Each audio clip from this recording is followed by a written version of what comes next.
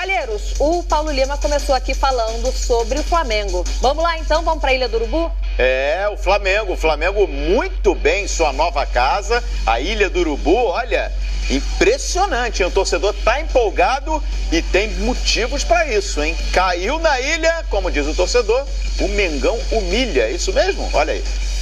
O Flamengo conseguiu uma vitória importantíssima diante do São Paulo, placar de 2-0, agora o terceiro colocado com 20 pontos na tabela de classificação no Campeonato Brasileiro, já está a 2 pontos do Grêmio, ou seja, o Flamengo tem subido aí nessas últimas rodadas na competição, até porque vem de 3 jogos consecutivos com vitória no Brasileirão, e se somar a vitória do meio da semana contra a equipe do Santos pela Copa do Brasil, o Flamengo já está embalado a 4 jogos com vitórias e, claro, um desempenho bastante positivo, porque também não perde as 7 partidas nesse total. Portanto, o Flamengo vem numa ótima condição, subindo na tabela e, mais do que isso, entrosando um time recheado de grandes estrelas. Hoje, todos eles foram protagonistas, em especial o Guerreiro, que fez um belíssimo gol de falta num lance muito contestado pelos jogadores do São Paulo, uma falta muito bem cobrada no ângulo esquerdo do arqueiro Renan Ribeiro, e o segundo gol numa triangulação maravilhosa, que começou com o Guerreiro, num passe para o Everton Ribeiro, depois a assistência dada para o gol do Diego. Todo mundo no ataque do Flamengo trabalhou muito bem na partida, que teve um primeiro tempo de amplo domínio do time rubro-negro, o São Paulo com muita dificuldade para sair jogando, encurralado no campo de defesa. No segundo tempo, o Rogério Ceni abriu um pouquinho a equipe, soltou os jogadores para o campo de ataque, e o Flamengo ficou muito mais na defensiva, esperando o contra-ataque. Teve ótimas oportunidades do São Paulo para tentar diminuir o placar, uma com o Cueva e outra com o Lucas Prato. O Flamengo por si também teve uma outra oportunidade muito boa, o Guerreiro perdeu um gol na cara, um bate-rebate, uma bela jogada, mas enfim, o placar final acabou sendo 2-0, e este placar que é muito prejudicial ao São Paulo, porque agora a equipe é a 17ª colocada com 11 pontos no Campeonato Brasileiro, está na zona do rebaixamento e no pior momento do São Paulo em 2017. São 6 partidas que o São Paulo não vence, 4 derrotas e 2 empates. No Campeonato Brasileiro a equipe já chega aí a 6 derrotas, são 2 vitórias, aliás 3 vitórias e 2 empates, números bem inferiores. O time mais levou gols do que marcou na competição, fez 10 e sofreu 11, ou seja, já deve 1 gol no saldo e tem um desempenho agora com muita desconfiança por parte dos torcedores, tanto é que até o técnico Rogério Ceni chamou para ele a responsabilidade para tentar tirar o peso deste momento negativo da cabeça dos jogadores. Vem crescendo e vem fazendo desse estádio cada vez mais a nossa casa, né? Uma atmosfera maravilhosa mais uma vez, torcedores comparecendo e nos ajudando.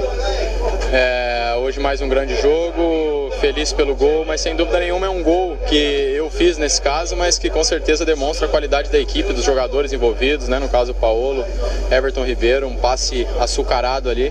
Eu acho que nós temos que cada vez mais criar essas oportunidades, né? Diversidade no nosso jogo para que nós possamos vencer, e até agora nós temos feito isso muito bem, e eu acho que o Flamengo só tem a ganhar com isso.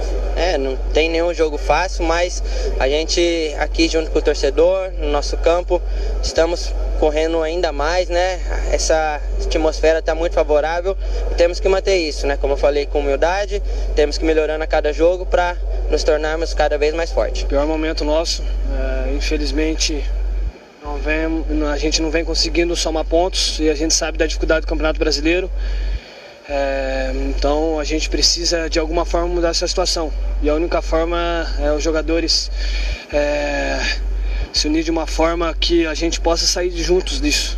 Eu acho que as únicas pessoas que podem mudar isso somos nós. Então que a gente tenha uma reflexão, cada um, para que a gente possa voltar para os treinamentos na terça-feira e a gente conseguir achar uma solução para esses problemas, para solucionar essas derrotas, essa falta de somar pontos. Então a gente sabe da dificuldade que é o brasileiro, a gente não pode deixar tudo para as últimas rodadas.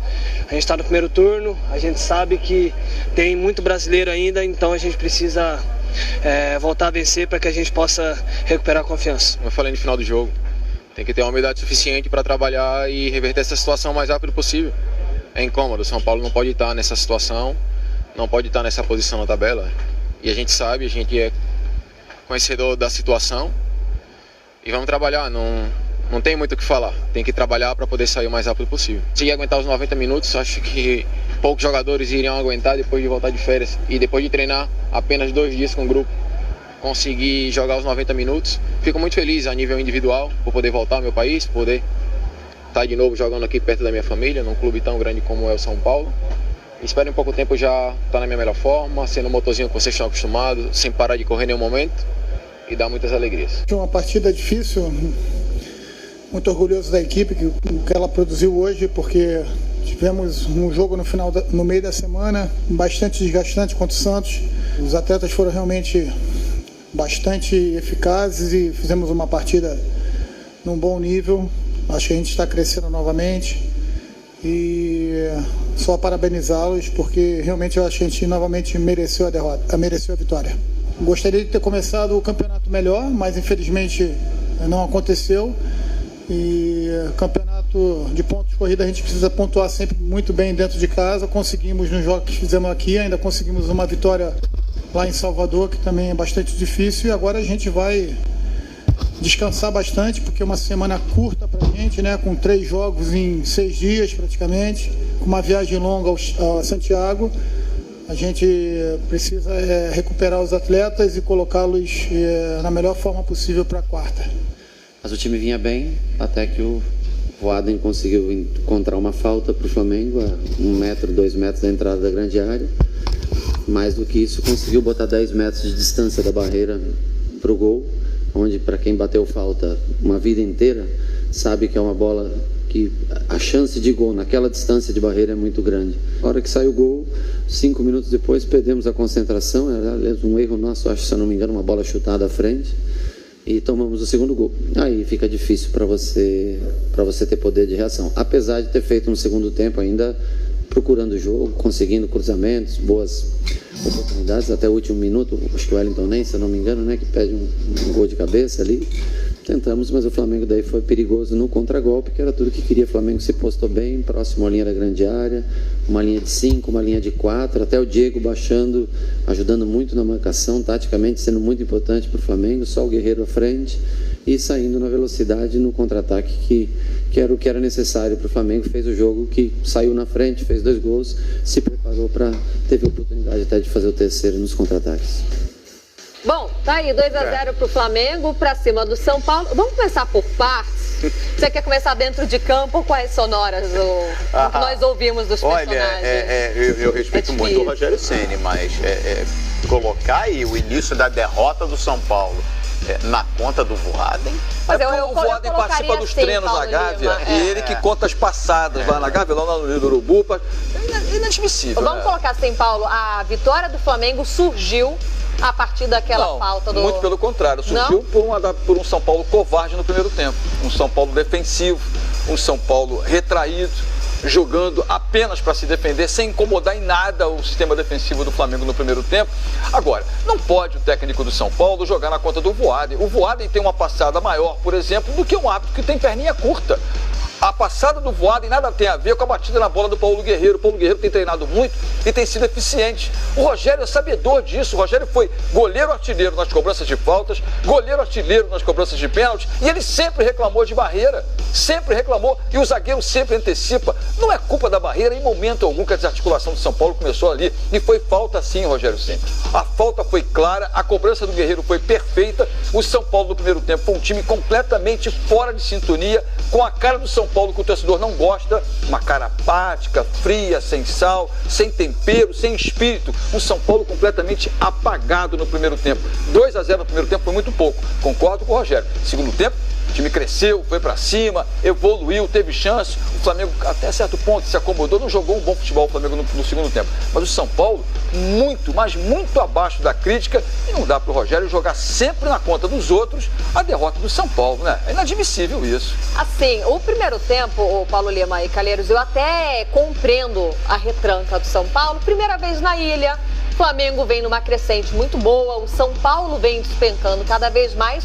A gente não espera que ele demore tanto para sair buscando o jogo, mas eu até compreendo ali a retranca, mas poderia ter saído antes, tanto que no segundo tempo, quando buscou o jogo, em alguns momentos até ofereceu perigo. O que me chama a atenção, até a gente estava acompanhando aqui as entrevistas, até comentei com o Paulo Lima. O Petros, claro, individualmente, ele tem que estar feliz, porque realmente ele chega de férias, ele treina apenas 2 dias e consegue suportar 90 minutos. Agora, é preocupante. Lógico. Você ter uma situação como essa, que o São Paulo precisa de pontos, precisa de resultados, e de repente um jogador que entrou no elenco 2 dias antes do jogo, 3 dias antes do jogo. Bateu na porta, entrou, vestiu a camisa e jogou. Não teve adaptação de treino nenhuma, né? Na colocação do boletim informativo diário da CBF, o nome dele estava lá. O Rogério olhou e falou assim, opa, bota a camisa nele e vamos pro jogo. E é claro que ele tem que valorizar o trabalho dele, como ele disse, poucos são aqueles que saem de férias e vão pro jogo e participam de 90 minutos. Isso é real. Mas não é só o Petros, a qualidade do São Paulo, você tem um Cueva, você tem um Prato lá na frente, você tem o Rodrigo Caio, que joga bem no seu sistema defensivo, né? O Jusilei, que é um cara importante no meio campo do São Paulo. O São Paulo não é um time que você possa dizer descartável, não. É um time que tem qualidade mediana, mas acima da média. Não é para estar brigando lá embaixo, na ponta ponta de baixo da tabela. O problema do São Paulo é o técnico? Não sei se o problema do São Paulo é o técnico. Acho que a diretoria, se não me engano, dispensou 16 jogadores nos últimos tempos, contratou 5, 6, tumultua. Mas o Rogério não pode assumir uma postura de colocar sempre na conta dos outros aquilo que o São Paulo não produz. O Voaden não tem nada a ver com isso. O Voaden apenas conta a barreira e coloca o spray no chão e a barreira fica ali. De volta, né, Paulo Lima? Ele ainda coloca, olha, um cara que cobrou faltas a vida inteira. Lógico. Esse cara não tá mais ali, esse cara ficou lá atrás. Você agora é o técnico Rogério Ceni, deixa o mito, o cobrador de faltas. Um detalhe importantíssimo nisso tudo, gente, é que há pouco se valoriza também, às vezes, a torcida do Flamengo, inclusive, pegou no pé do Zé Ricardo ontem, mais uma vez na ilha. O Zé Ricardo não perdeu no Rio, ou melhor, não perdeu no Rio, não perdeu jogando em casa como mandante na atual temporada. São 22 jogos do Zé Ricardo, ou melhor, do Flamengo, vou deixar o Zé Ricardo de lado, 22 jogos do Flamengo, que são 17 vitórias e 5 empates, são 53 gols marcados e 12 jogando como mandante. Não pode um técnico desse ser tão crucificado e ser tão questionado assim. O Flamengo tem 5 derrotas na atual temporada, tá 3 na Libertadores, aí pesa, foi eliminado. Tem uma pro Sport, a única no Campeonato Brasileiro. E tem uma lá no início do ano que você não se lembra, mas foi contra o Vila Nova, naquele amistoso, lembra disso? Então, são 5 derrotas numa campanha de 41 jogos o Flamengo tem. Com essa dupla que chegou aí, agora enquadrando com Everton Ribeiro, com o Diego e talvez o peruano conseguir jogar o futebol que ele está jogando, eu classifico sim o Flamengo para brigar lá em cima na ponta da tabela, mesmo com o Corinthians deslanchado na frente, de Corinthians que vai muito bem, obrigado. Pois é, e falando nele, falando do líder do Campeonato Brasileiro, o Corinthians, vou passar para cá, ó, o líder Corinthians segue